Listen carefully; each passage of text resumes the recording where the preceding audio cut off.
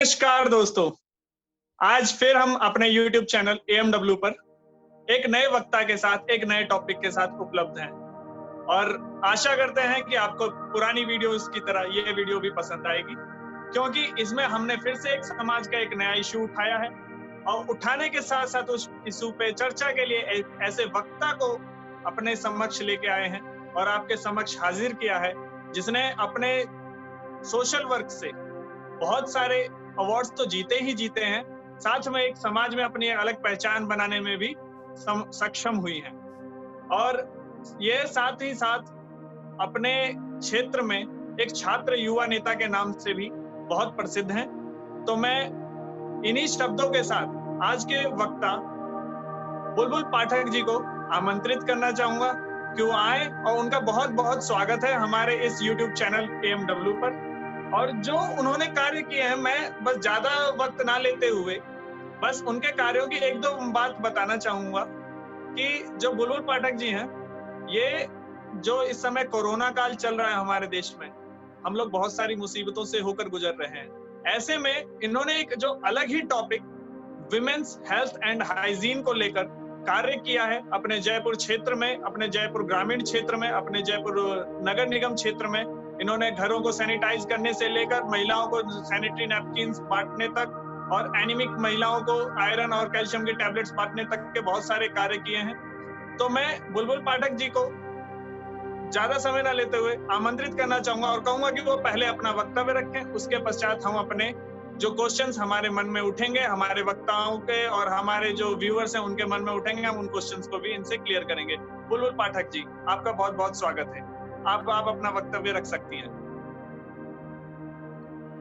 बहुत बहुत धन्यवाद रजनी। अगर मैं अपना इसलिए बोलना चाहूंगी, जैसा कि आप सभी को पता है कि हम लोग बहुत बड़ी महामारी से गुजर रहे हैं, जो कि कोविड-19 के नाम से पूरे विश्व में अपना परचम जो बोल सकते हैं हम लहरा चुका है, लाइक सबकी जड़ों में घुस चुका है। उसी को देखते हुए ये बीमारी उन्हीं लोगों में हो रही है जिनमें इम्यूनिटी पावर बहुत कम है, जो डॉक्टर्स की तरफ से सलाह मिली है हम लोगों को उनकी वजह से। और यहाँ पर हम लोगों ने देखा है कि सारा बिजनेस बंद हो चुका है, इकोनॉमिक्स बिल्कुल डब हो चुकी है। लॉकडाउन की वजह से इंडिया के अंदर कंडीशन बहुत ज्यादा खराब हो चुकी थी, लोग कमा नहीं पा रहे थे और लोगों के घर में मतलब जरूरतमंद चीजें नहीं थी, खाने के लिए नहीं थी। आज हम लोग देखेंगे मजदूर प्रवास कर रहे हैं अपने अपने राज्यों में। इसके लिए सरकार अपना महत्वपूर्ण योगदान तो दे रही है, लेकिन कहीं ना कहीं सरकार ने लेडीज की एक बहुत अहम भूमिका जिसकी जो लाइफ में रहती है सैनिटरी नैपकिन, उसकी तरफ ध्यान नहीं दिया। इस इशू को देखते हुए मेरे मन में विचार ये जब आया था जब मैंने आस पड़ोस कुछ महिलाओं से वार्तालाप की जिनके घर में कहीं ना कहीं जरूरत की सामग्रियों को हम लोग उपलब्ध करा रहे थे दिन पे दिन, वो हमें बताती थी अपनी जरूरतमंद। लेकिन जब मैंने उनसे पूछा कि आप इस समय इस जगह इस चीज का क्या उपयोग कर रहे हो, तो फिर उस समय उन्होंने शर्मिला होकर के कुछ जवाब नहीं दिया और मुझे उस जगह अपना जवाब मिल चुका था, क्योंकि अगर महिलाएं सैनिटरी नैपकिन यूज नहीं करती तो कहीं ना कहीं उन्हें बहुत गंदे कपड़ों का इस्तेमाल करना पड़ता है। कुछ महिलाएं राख का इस्तेमाल भी करती हैं, जैसे कि पैडमैन मूवी में हमने देखा है और हमारा यूथ अवेयर भी हो चुका है। हमारा इंडिया में इसके खुल करके अब लोग बातचीत भी करने लगे हैं, क्योंकि अगर मैं पर्सनल एक्सपीरियंस बताऊंगी तो जब मैं बांटने गई तो कुछ औरतों के अंदर वो आज भी वो शर्मिंदा थी कि उनमें वो शर्म थी कि वो हाथों से ले रही थी। और कुछ के साथ में तो मेरे पास एक वीडियो भी है जो मैं आपके साथ में बाद में शेयर करूंगी। एक औरत को जो मैंने free of cost sanitary napkin दिया, जिसका मैं कोई मूल्य भी उनसे नहीं ले रही थी, उन्होंने उनकी जो सास ने उनको मना कर दिया, नहीं हम ये चीजें यूज नहीं करते, और उन्होंने मुझे मना कर दिया। एंड दैट टाइम मैं बहुत शौक थी कि आपको अगर निःशुल्क कोई चीज उपलब्ध कराई जा रही है, लेकिन उसके बदले भी आप एक समाज की रूढ़िवादी विचारधाराओं के तरफ से आप घिरे हुए हो, तब भी आप सैनिटरी नैपकिन यूज नहीं कर रहे हो। आप लोग देखेंगे फैमिली हेल्थ सर्वे के हिसाब से 2015-16 में इंडिया में सिर्फ और सिर्फ 36% महिलाएं सैनिटरी नैपकिन यूज करती है और बाकी महिलाओं को इस महामारी से गुजरते टाइम बहुत अलग अलग चीजों को अपनाना पड़ रहा है, जिनके बारे में मैं खुल के विचार कभी और रख पाऊंगी, क्योंकि अभी मैं इसके अंदर डेप्थ में इतना नहीं गई हूँ। तो मेरी सरकार से बस यही अपील थी, केंद्र सरकार और राज्य सरकार से, जितने भी घरों में वो राहत सामग्री पहुंचा रहे हैं, चाहे सरकार हो चाहे कोई भी समाज सेवी हो, कम से कम एक सैनिटरी नैपकिन का पैकेट भी पहुंचाया जाए। आपको मैं बता दूं कि राजस्थान के अंदर आंगनबाड़ी और जो गवर्नमेंट स्कूल्स है वहां पर free of cost sanitary napkin महिलाओं और किशोरियों तक पहुंचाए जा रहे हैं। मतलब पहुंचाए जाते थे लॉकडाउन से पहले, लेकिन लॉकडाउन की स्थिति हुई, कुछ ठप हो गया, स्कूल बंद हो गए, आंगनबाड़ियां बंद हो गई। उस समय ये सबसे बड़ा चैलेंज आ गया था कि वो उस टाइम पे यूज क्या करें। तो उन्हें भी जो छात्राएं कहीं ना कहीं सैनिटरी नैपकिन यूज करना स्टार्ट कर चुकी थी, लेकिन आज उन्हें दोबारा अपनी माताओं और जो उनकी दादी जो उस टाइम यूज करती थी उन्हें यूज करने में मजबूरी हो गई थी। और हमारे यहाँ जयपुर के काफी न्यूज़पेपर्स में ऐसी छात्राओं के मेल हैं, पत्र हैं जो हमारी गवर्नमेंट तक पहुंचाए जा रहे हैं कि उनको बहुत सारी परेशानियों का सामना करना पड़ रहा है। इसी से रिलेटेड हम लोगों ने ये इशू उठाया एक एनजीओ के थ्रू, और अभी हम लोग कम से कम ना करके लगभग 500 महिलाओं तक sanitary napkin free of cost ग्रामीण क्षेत्र तक पहुंचा चुके हैं। क्योंकि कहीं ना कहीं अगर हम लोग कोरोना महामारी से महिलाओं को बचा भी लें, लेकिन इस समय में अगर वो कुछ गलत चीजों का उपयोग करती है तो आने वाली बहुत बड़ी महामारी का उनको सामना करना पड़ेगा। बहुत अच्छी बातें और जानकारियां आपने दी हमें। और मैं इसके साथ ही एक चीज पूछना चाहूंगा कि ये जो आप इतना अच्छा कार्य कर रही हैं, आप कौन कौन से क्षेत्रों में जा रही हैं और वहां पे आपको क्या क्या प्रॉब्लम्स का सामना करना पड़ रहा है? अगर मैं क्षेत्र की बात करूंगी तो जब मैं स्टार्टिंग में गई थी तो मेरा यही था कि मुझे रास्ते में जो भी प्रवासी महिलाएं मिलेंगी या फिर जो भी झोपड़ी में रहते हैं उनके पास जाकर उनको देख करके आऊंगी। लेकिन जब मैं फर्स्ट डे गई तो मेरा एक्सपीरियंस उतना अच्छा नहीं था, क्योंकि उनके फैमिली मेंबर्स भी आ चुके थे साथ में, और कुछ को समझाना, बच्चों को समझाना। इस समय में सबको ये लगता है कि हम खाना लेकर आ रहे हैं, लेकिन इस समय में उनको समझाना बहुत अलग था। फिर उसके बाद मैंने सहारा लिया आंगनबाड़ी की आशाओं का। जैसे एक गांव में मैं गई, उसके अंदर मैंने आशा जी से बात करी। उन्होंने अपनी सारी जितनी भी ग्रामीण क्षेत्र की महिलाएं 200-250 महिलाओं को बुलाया, उनको हमने विजिट किया। उसी के साथ साथ उन्होंने भी मेरे दूसरे आंगनबाड़ी की आशा जी से मेरा कॉन्टेक्ट कराया। तो हम लोग अब ये कर रहे हैं कि झुग्गी झोपड़ियों में जाने का अगर हम लोग करते तो वहाँ पे जो आशाएं काम करती है, आंगनबाड़ी काम करके, या फिर किसी ने भी उन्हें गोद ले रखा है, पहले उनसे कॉन्टेक्ट करते हैं और उनसे जाकर के हम बातचीत करते हैं। लेकिन कहीं ना कहीं हम लोग ये भी देखने को मुझे मिला कि अगर जिस जगह मैं बांट रही हूँ वहाँ पे उनकी फैमिली का कोई भी मेल पर्सन अगर रहता है, चाहे वो उनके ससुर जी हो या पति हो या बच्चा भी हो, उनके सामने वो लेने से शर्माते हैं। तो ये चीज हम लोगों को अच्छी बात नहीं है, क्योंकि खुल के इस बारे में बात करनी चाहिए। ये बहुत बड़ा इशू है आज हमारे लिए कि वो लोग हमारे अपनी इस अहम जरूरत के बारे में खुल के नहीं बोल पाती हैं और उन्हें मजबूरन गलत चीजों का उपयोग करना ही पड़ता है। जी बिल्कुल, ये बहुत बड़ी बात आपने कही कि आज के समय में जबकि हम लोग चांद पर जाने की बात करते हैं, मंगल पर जाने की बात करते हैं, इस समय पर भी महिलाएं और जो लड़कियां हैं वो इस अपनी अति आवश्यक जरूरत के बारे में बोलने में हिचकिचाती हैं अपने परिवार वालों के सामने। अगर आप लोग डिस्ट्रीब्यूट कर रहे हैं तो लेने में कहीं ना कहीं संकुचाती हैं। तो ये आप लोगों ने बहुत अच्छी मुहिम छेड़ी है। बुलबुल जी, आप एक छात्र नेता भी रही हैं, हमें पता है कि आप राजस्थान यूनिवर्सिटी की वाइस प्रेसिडेंट भी रही हैं। तो एक छात्र नेता होते हुए जो युवाओं के लिए आप क्या कहना चाहोगे कि वो किस प्रकार जो ये अवेयरनेस का काम है जो मैंने बताया, और जैसा आपने बताया कि आपको ये दिक्कत आती है, लोगों को समझाना पड़ता है, बताना पड़ता है कि नहीं ये चीजें जरूरी है, और जबकि ज्यादातर लोगों को पता है कि ये चीज जरूरी है, लेकिन फिर भी वो एक शर्म के मारे उस चीज को कहने में और करने में उन्हें एक अजीब सा डर रहता है। तो एक छात्र नेता के होने के नाते आप क्या कहना चाहेंगे इस बारे में? देखिए, अगर मैं बात करूं इस विषय के ऊपर, तो आज भी हम लोग एक भारतीय रूढ़िवादी समाज जो सामाजिक विचारधाराओं के अंदर रह रहे हैं। तो अगर मैं बात करूं छात्र नेतृत्व की, तो इस जगह पे जो मेल छात्र हैं वो इस पे वर्क नहीं कर सकते, क्योंकि अगर वो कहीं ना कहीं जा करके बात करते हैं या किसी भी ग्रामीण क्षेत्र में बात करते हैं, अपने क्षेत्र में अपने घर वालों से भी बात करते हैं, तो वो उतना खुल के बात नहीं कर सकते। इसमें अहम भूमिका छात्राओं को, महिलाओं को निभानी पड़ेगी, क्योंकि ये हमारा समाज है, ये बहुत रूढ़िवादी विचारधाराओं से जुड़ा हुआ है। आज भी हम लोग देख रहे, जब मैं एज अ गर्ल जाकर के उनको समझा रही हूँ तब वो समझ नहीं पा रही है, लेडीज सब वो ले नहीं पा रही है। तो अगर एक छात्र जाएगा, मुझे लगता है कि उसको तो मार पढ़ाई करके वहां से भेज दिया जाएगा, क्योंकि ये एक्चुअल रियलिटी है हमारी एक्चुअल रियलिटी इंडिया की है जो हमें एक्सेप्ट करनी पड़ेगी। तो छात्र जो हमारे काम ही कर रहे हैं, ऐसा नहीं है कि वॉइस के लिए मैं बोलना चाहूंगी कि इस इवेंट में जो मेरी मुहिम है, सबसे ज्यादा सपोर्ट मुझे छात्रों ने ही किया है। भी फाइनेंशियली सपोर्ट है, जो भी ले जाने जाने का जो भी सपोर्ट है वो सारा ही छात्रों ने किया है। बस उनका यही था कि बुलबुल जी हमें चाहिए कि एक छात्रा उसको डिस्ट्रीब्यूट करें, और इसको हम लोगों ने स्टिक लेवल पे चलाने की बात की है। अलग अलग जो हमारे जिले हैं, ऐसे जिलों में हमारी बातचीत चल रही है छात्राओं की कि हम लोग उनको प्रोवाइड कराएंगे और वो बांटेंगे। तो वहीं कहीं ना कहीं हमें छात्र भी इसके अंदर बहुत हेल्प कर रहे हैं कि वो अलग अलग क्षेत्रों में छात्राओं के नाम निकाल रहे हैं, तो सोशल वर्क कहीं ना कहीं कर रही है। क्योंकि अगर हम लोग नेतृत्व की बात करें, छात्र नेता की बात करें, तो आपको पता है छात्र नेता क्या होता है। अगर राजस्थान विश्वविद्यालय की अगर हम लोग राजनीति की बात करें, तो वहाँ हम लोग छात्रों के हितों के काम करते हैं, तो वहाँ पर हमारा बेसिक आती है स्टडी। लेकिन जब हम लोग हमारे क्षेत्र में उतरते हैं, तो क्षेत्र की जो बेसिक चीजें होती है वो अलग तरीके की होती है। यूनिवर्सिटी के अंदर पानी की समस्या होती है, लेकिन एक वाटर कूलर लगाने से वहाँ पे समस्या का निर्धारण हो जाता है। लेकिन अगर हम क्षेत्र की बात करें, अगर किसी के अंदर पानी, घर में पानी की समस्या आ रही है, सप्लाई में समस्या आ रही है, तो यहाँ पर हम लोग वाटर कूलर नहीं लगा सकते, उसके लिए हमें अलग काम करना पड़ेगा। तो जब क्षेत्र बदल जाता है, राजस्थान विश्वविद्यालय का क्षेत्र अलग होता है, स्वयं का क्षेत्र अलग होता है, और अगर हम सोशल वर्क की बात करें तो सभी क्षेत्रों में अलग अलग समस्याएं और अलग अलग चीजों पे हम लोग काम करते हैं।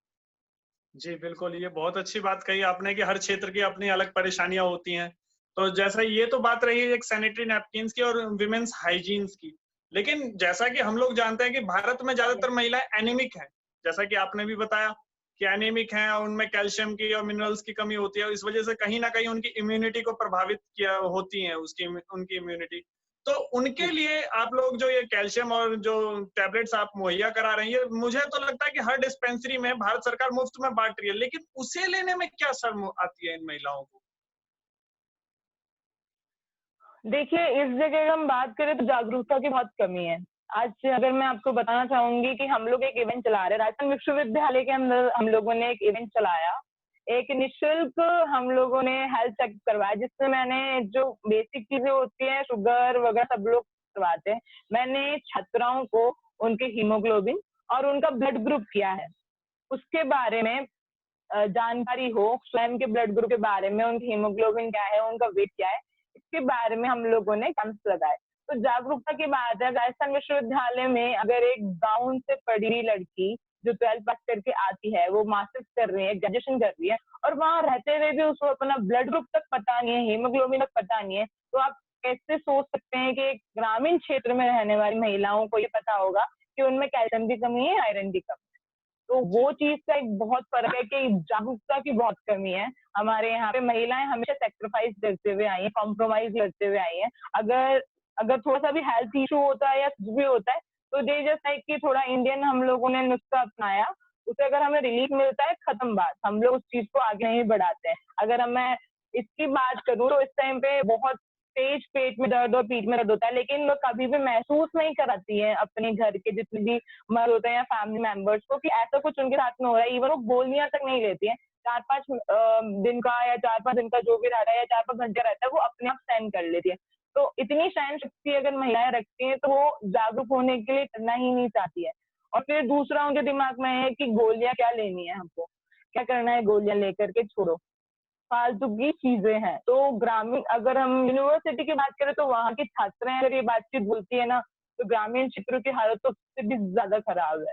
तो सबसे पहले मुझे, मेरा सिर्फ एक ही लक्ष्य है कि महिलाओं को उनका हीमोग्लोबिन क्या है, क्योंकि इम्यूनिटी पावर जो होती है, अगर हीमोग्लोबिन आप में कमी होती है, अगर आप देखेंगे जब भी ब्लड डोनेशन कैंप्स होते हैं, तो उसमें जितने अगर 100 लड़कियां जाती हैं, मेरा खुद का पर्सनल एक्सपीरियंस, अगर 100 लड़कियां वहां आ रही है, तो उनमें से कैपेबल सिर्फ 2 ही छात्राएं होंगी जो ब्लड दे पाएंगी। आधी छात्राओं का हीमोग्लोबिन कम होता है, आधी छात्राओं का अंडर वेट आती है, और इसी वजह से, इसी कारण से उन लोगों को ब्लड नहीं दे पाती है। तो तब वह छात्राएं अपने बारे में इतना ध्यान नहीं रख पाती हैं, तो फिर हम कैसे बात कर सकते हैं कि ग्रामीण क्षेत्रों की महिलाएं मुफ्त के अंदर भी ये चीज ले लें। जब मैंने आपको बताया कि निःशुल्क सैनिटरी नैपकिन लेने के लिए उनकी सास ने उनको मना कर दिया था, तो अगर गोलियों की बात आती है तो वो शायद कभी भी लेने से कतराएंगी। जी, बिल्कुल, ये बहुत बड़ी बात कही कि कहीं न कहीं हमारे अंदर और हमारे समाज के अंदर एक जागरूकता की कमी है। इसी वजह से जो हमारी सरकारें हमें सुविधाएं उपलब्ध करा रही है, हम उन सुविधाओं को लेने से भी डरते हैं और हिचकिचाते हैं। जबकि भारत की जो सनातन संस्कृति है, इसमें तो महिलाओं को एक स्त्री प्रधान देश की विरासत प्रदान करती है, और हमारे यहाँ तो वेदों में भी कहा गया है कि यत्र नार्यस्तु पूज्यन्ते रमन्ते तत्र देवता। तो इस व्याख्यान के होने के बावजूद अगर हम स्त्रियों के परेशानियों में उनके साथ नहीं खड़े हो सकते, तो कहीं ना कहीं यह हमारी पिछड़ेपन की निशानी ही समझिए, या जागरूकता की कमी समझ लीजिए। अभी एक अंतिम प्रश्न है बुलबुल जी। जी बताइए। जी जी, एक इसी में ऐड करना चाहूंगी मैं कि मैंने पढ़ा है कि किसी भी देश की जो उन्नति या विकास को जब मतलब आंका जाता है या मापन किया जाता है, तो वहाँ की देश की स्त्रियों की स्थिति के ऊपर उसका आकलन किया जाता है। जी तो जी मैं ये चीज बोलना चाहूंगी, हम लोग विकासशील देशों में आते हैं, विकसित देश हम कभी बन ही नहीं सकते जब हमारे यहाँ की महिलाओं की स्थिति इतनी खराब है। जी जी, बिल्कुल सही कहा ये आपने। चीज वैसे आती भी हमारे हमारे समाज में भी कहा जाता है कि हर विकसित व्यक्ति के पीछे और हर एक बढ़िया मतलब जो एक मुकाम पर पहुंचा हुआ व्यक्ति है, डेवलप्ड आदमी है, उसके पीछे कहीं ना कहीं एक महिला का हाथ होता है। चाहे वो महिला चाहे उसके माँ के रूप में, उसकी बहन के रूप में, या उसकी पत्नी के रूप में उसका हमेशा साथ देती है, एक दोस्त के रूप में भी उसका साथ देती है। तो एक अंतिम प्रश्न के साथ मैं आज का ये वक्तव्य समाप्त करना चाहूंगा बुलबुल जी, कि जो हमारे युवा साथी हैं, अपने अपने स्तर पर सभी कुछ ना कुछ इस कोविड-19 में या फिर वैसे भी अपने समाज में कुछ ना कुछ कार्य कर रहे हैं। लेकिन जो आपने बताया कि जागरूकता की कमी है, या फिर कहीं ना कहीं हम एक समाज जो कि फ्रैंक तरीके से बनाने में, और कहीं ना कहीं ये जो पुरुष और स्त्री के बीच में जो भेदभाव है, उसको उसका दरिया को पाटने में कहीं ना कहीं हम पीछे रह गए हैं। तो ऐसे युवाओं को कि वो कैसे आगे आकर इस दरिया को पाट सके, और कैसे एक समान स्त्री और पुरुष अपनी सारी परेशानियों को एक दूसरे से साझा कर सके, उसके लिए आप क्या संदेश देना चाहेंगे युवाओं को? है। युवाओं को मेरा एक ही संदेश है कि खुद का जो सेल्फिशपन है वो निकाल दीजिए। अगर आप युवा हैं, अगर आप एक जिम्मेदार नागरिक हैं, एक जिम्मेदार भारतीय हैं, तो ये जो आप राजनीति के तौर पे अगर हम लोग देखें तो आप लोग लड़ते हैं बीजेपी, कांग्रेस, हिंदू, मुस्लिम, सनातन, मतलब धर्मों के हिसाब से लड़ रहे हैं। और मतलब मेरा तो दुर्भाग्य है हमारे देश का कि जहाँ हमारी सरकार, एक एक व्यक्ति, हमारे मजदूर लड़ रहे हैं इस भूख से, इस कोरोना वायरस से, वहीं हमारा युवा किस और प्रेरित हो रहा है कि वो लड़ रहा है टिकटॉक और यूट्यूब के लिए, कि कोई जी टिकटॉक जी का बिल्कुल। वर्चस्व कर रहा है तो कोई यूट्यूब का यहाँ पर हो रहा है। तो ये दुर्भाग्य है हमारे देश के युवाओं का, क्योंकि अगर पूरे वर्ल्ड में देखा जाए तो सबसे ज्यादा युवा हमारे देश में है, लेकिन उनका डायरेक्शन सोच, एक तो पबजी गेम्स, एक गेम्स के अंदर इतना इन्वॉल्वमेंट उनका हो गया है। दूसरा टिकटॉक अगर हम देखें, यूट्यूब देखें, तो वो लड़ रहे हैं सोशल मीडिया के ऊपर इन चीजों पे, हिंदू मुसलमान में लड़ाई हो रही है, इन सब चीजों में हो रही है। अगर हम लोग खुद ही जिम्मेदारी ले लें, जैसे आज अगर मैं इस क्षेत्र के अंदर रहती हूँ, तो अगर मेरे गली के अंदर ही मैं एक बना दूं कि कोरोना मुक्त गली अभियान चालू कर दिया, कोरोना मुक्त क्षेत्र अगर मैं ही चालू कर दूं, जैसे कि हमने स्टार्टिंग में जैसे ही आया तो लोगों को अवेयर किया, मास्क भी वितरित किए, पूरा क्षेत्र सैनिटाइज किया, लेकिन कहीं ना कहीं मुझे लगा कि सबसे बड़ा इशू जो है वो सैनिटरी नैपकिन का होगा कहीं ना कहीं महिलाओं को, तो उनके तक हम लोगों ने पहुंचाया। तो आज अगर मैं इस लेवल पे अपनी क्षमताओं को जानकर पहचान कर, मैं भी तो यूट्यूब चला सकती हूँ, मैं भी टिकटॉक चलाती हूँ, सारी फैसिलिटीज मेरे पास में भी है, लेकिन कहीं ना कहीं उन चीजों से दूर रह करके, समाज से जुड़ करके अगर मैं कार्य कर रही हूँ, तो क्यों ये युवा कार्य नहीं कर सकते? सबसे बड़ी बात है, कोई भी व्यक्ति अगर काम करेगा तो उसको खींचने वाले 10 होते हैं, बढ़ाने वाले कम होते हैं।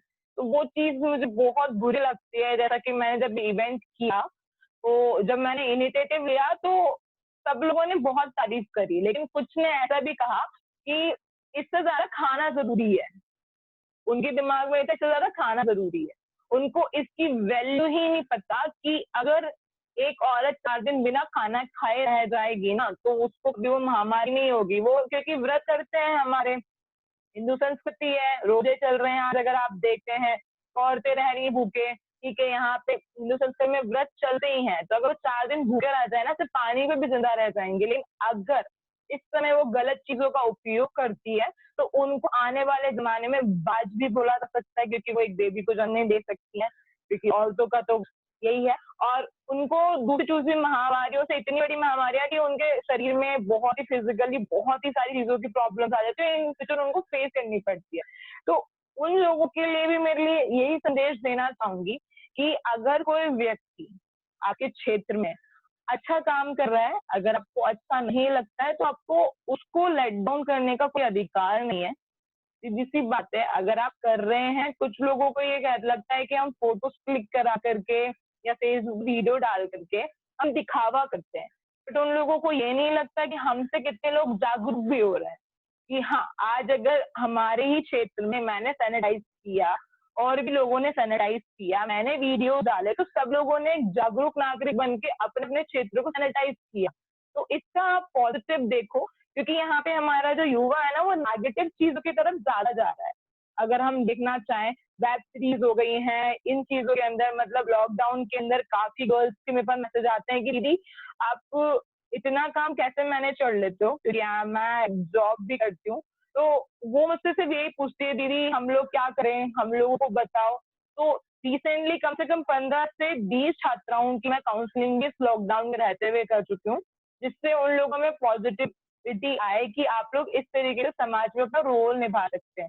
अगर आप सोशल मीडिया की बात करते हैं, तो आपने देखा होगा कुछ नेगेटिव वीडियोस जो होते हैं वो बहुत जल्दी पूरी तरह फैल जाते हैं, लेकिन जो पॉजिटिव वीडियोस होते हैं वो कभी भी नहीं फैलते हैं, क्योंकि यही हमारे युवा है कि हाँ, इसको फैला करके कौन सा अपन को अच्छी लाइक्स और व्यूज नहीं मिलेंगे, नेगेटिव चीजों को फैलाओ। तो हमारा युवा जो इस तरफ जा रहा है, तो उन्हीं के लिए ये संदेश है कि इन नेगेटिविटी को दूर रखें। अगर हम, इंडिया की बहुत बड़ी स्ट्रेंथ है, तो अगर उसको हम लोग रखते हैं, हम लोग हर एक व्यक्ति अपने अपने क्षेत्र का, अपने आस पड़ोस का अगर जिम्मेदारी लेता है, तो शायद हम कोरोना जैसे वायरस को, बीमारी को भी भगा सकते हैं। अगर इसमें मैं बताऊंगी आपको, जैसे पहले कभी भी गवर्नमेंट स्कूल्स में या फिर आपने देखा होगा गवर्नमेंट यूनिवर्सिटीज में, हमारी यूनिवर्सिटी की मांग थी पिछले 7 सालों से कि प्रोजेक्टर के ऊपर पढ़ाई कराई जाए, वो पॉसिबल नहीं थी। लेकिन आज गवर्नमेंट स्कूल्स के बच्चे वीडियो कॉन्फ्रेंसिंग में पढ़ाई कर रहे हैं। ये हमारा वही इंडिया है जहाँ पर ये पॉसिबिलिटी मान नहीं सकते थे लोग कि भाई घर बैठे पढ़ाई कर लेंगे, क्योंकि प्राइवेट स्कूल्स में होता था, उनको उनके ऑनलाइन काम मिल जाते थे, प्रोजेक्ट मिल जाते थे, प्राइवेट स्कूल्स में सब कुछ अवेलेबल था। लेकिन आज इसी बीमारी के रहते हुए आप पॉजिटिविटी ये तो देखो कि बच्चे घर में बैठ के भी पढ़ाई कर रहे हैं। और सबसे बड़ी बात है, लोग कह रहे हैं कि गाँव के अंदर, ग्रामीण परिवेश में लोगों के पास में खाने के लिए नहीं है, तो उनके पास नए का पैसा कैसे होगा। वहां पर एक भी शिक्षित वर्ग नहीं है या एक भी शिक्षित युवा नहीं है जिसके पास मोबाइल नहीं है, हमारी टेक्नोलॉजी इतने अच्छे लेवल पे। अगर वही गांव का शिक्षित वर्ग, वही गांव का शिक्षित युवा उन सभी बच्चों को पढ़ाने की जिम्मेदारी ले ले, वही अगर उन्हें वीडियो कॉन्फ्रेंसिंग में बात करा दे, तो कहाँ हमारा पिछड़ा हुआ वर्ग रहता है। तो हमारे युवाओं के हाथ में पूरा देश डोर है। अगर वो समझते हैं, अगर इसको पॉजिटिव वे में लेते हैं, तो बहुत अच्छी बात है। हम लोग कोरोना जैसे वायरस को बहुत जल्दी हरा चुके होंगे। जी बिल्कुल, बहुत बहुत धन्यवाद बुलबुल जी आपका। और इतनी सकारात्मकता के साथ, जो कि आजकल इस पूरे परिवेश में जो कोरोना परिवेश चल रहा है, कोरोना काल चल रहा है, इसमें सबसे अगर नेगेटिव शब्द माना जाए तो वो सकारात्मक, मतलब पॉजिटिव आना है। कि अगर हम कोविड पॉजिटिव हैं तो वो बहुत नेगेटिव चीज मानी जा रही है। तो हम कोरोना में तो बी नेगेटिव हमें रहना है, लेकिन जो ये सोच है, ये जो हमारे विचार है, उसको हमेशा सकारात्मक रखना है। इसी की वजह से हम अपने समाज को, अपने देश को और अपने पूरे विश्व को उन्नत की राह पर ले जा सकेंगे। और इसमें कहीं ना कहीं हम जैसे युवाओं का बहुत बड़ा योगदान है। तो हमें ये अपने काम को बिल्कुल निश्चल भाव से और निस्वार्थ भाव से आगे करते रहना है। यही हमने आज के आपके वक्तव्य से सीखा है। और मुझे बहुत बहुत सच में हार्दिक प्रसन्नता हो रही है कि आपने इतना खुलकर अपने विचारों पर रखा। और आपकी तरह अगर हर छात्रा और हर महिला अपने खुल के विचारों को रखने लगे, तो शायद हमारा देश, जो अभी तक पिछड़ा रहा है, वो बहुत ही जल्द आगे हमारा विकसित देशों की श्रेणी में नंबर 1 पर पुनः विश्व गुरु बन जाएगा। और इसी के साथ मैं अपने सारे व्यूवर्स का भी बहुत बहुत धन्यवाद करना चाहूंगा कि जो जिन्होंने आज तक हमें जो इतना प्यार दिया है। और हमारी टेक्निकल टीम, नितेश जी, सभी को बहुत बहुत धन्यवाद करना चाहूंगा। और अपने आगे के व्यूवर्स से ये कहना चाहूंगा, अगर आपने अभी तक हमारा चैनल सब्सक्राइब नहीं किया तो कृपया हमारे चैनल को सब्सक्राइब करें। और आगे और भी ऐसी इंफॉर्मेटिव वीडियोस देखने के लिए हमारे साथ जुड़े रहें। धन्यवाद।